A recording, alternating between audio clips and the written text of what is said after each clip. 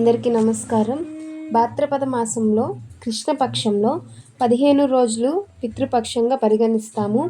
ఈ 15 రోజులు కూడా పితృదేవతలు నేల మీదనే ఉంటారు. మన ఎదుగుదలని, మన కోరికలని దేవుళ్ళ కంటే కూడా ముందుగా మనం మన పూర్వీకులకు తెలుపుకుంటే ఆ పూర్వీకులు స్వయంగా దేవుణ్ణి వేడుకుంటారనమాట. మా మనవరాలకి, మా కొడుకులకి ఇలా ఒక కోరిక ఉంది తీర్చమనేసి.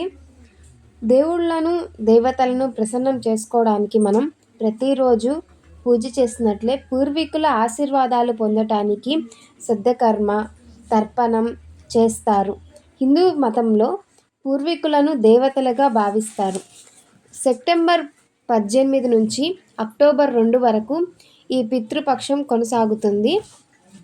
భాద్రపద అమావాస్యతో పితృపక్షం ముగుస్తుంది. దీనినే సర్వ పితృ అమావాస్య అంటారు.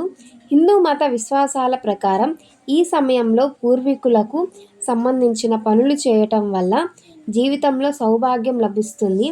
ఈ 15 రోజులు తర్పణం, శ్రాద్ధం, కర్మ చేయటం వల్ల పితృదేవతలకు సంతోషం కలుగుతుంది. జ్యోతిష శాస్త్ర ప్రకారం పితృపక్ష సమయంలో వారి పేరు మీద ఆహారం, నీరు అందించాలి. పితృదోషం నుంచి విముక్తి, ఉపశమనం పొందటానికి ఈ సమయంలో మన పూర్వీకుల పేరు మీద దీపం వెలిగించాలి. పితృపక్ష సమయంలో పూర్వీకులు భూమి మీదకు వచ్చి వారి వారసులను ఆశీర్వదించి ప్రసాదిస్తారని పురాణాలు చెబుతున్నాయి. ఇక నెక్స్ట్ పాయింట్, పితృపక్షం ఎప్పటి నుంచి ఉంది? భాద్రపద మాసంలో వచ్చే పౌర్ణమి నుంచి పితృపక్షం మొదలవుతుంది. ఈ 15 రోజుల పాటు నెలకొంటుంది. పితృదేవతలు సంతోషం పెట్టేందుకు అన్ని ప్రయత్నాలు చేయాలి. వారి ఆశీర్వాదాలు పొందటం కోసం వారి పేరు మీద అన్నదానం చేయటం చాలా ఉత్తమం. అసలు మనకి పితృదోషం ఉంది అని తెలుసుకోవటానికి ఎలా అంటే, పిల్లలు నిరంతరం అనారోగ్యానికి గురి కావటం కూడా పితృపక్ష దోషానికి చిహ్నంగా భావిస్తారు. ఎటువంటి కారణం లేకుండా కుటుంబ సభ్యులతో మధ్య తరచూ వివాదాలు రావటం కూడా ఈ దోషం ఉందని అనేందుకు సంకేతాలు భావించాలి. జీవితంలో చిన్న చిన్న ప్రమాదాలు సర్వసాధారణం. కొన్ని ఈ ప్రమాదాలు ఎక్కువ సంఖ్యలో లేదా ఒకదాని తర్వాత ఒకటి జరిగితే అది పితృపక్ష దోషానికి సంకేతంగా పరిగణిస్తామని.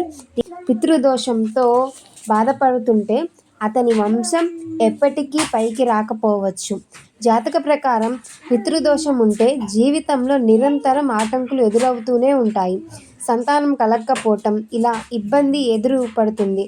వాటి నుంచి బయటపడేందుకు ఈ పితృపక్ష రోజులలో కొన్ని పరిహారాలు పాటిస్తే ఉత్తమ ఫలితాలను పొందవచ్చు. మన చుట్టాలు ఎవరైనా ఉంటే పిలిచి వారికి అన్నదానం పెట్టండి. వారికి వస్త్ర సాంప్రదాయం కూడా ఉంది కనుక వస్త్రాన్ని కూడా సమర్పించవచ్చు. అయితే ఇవన్నీ చేయటం వల్ల మనకి పితృదోషం నుంచి ఖచ్చితంగా విముక్తి అయితే కలుగుతుందండి.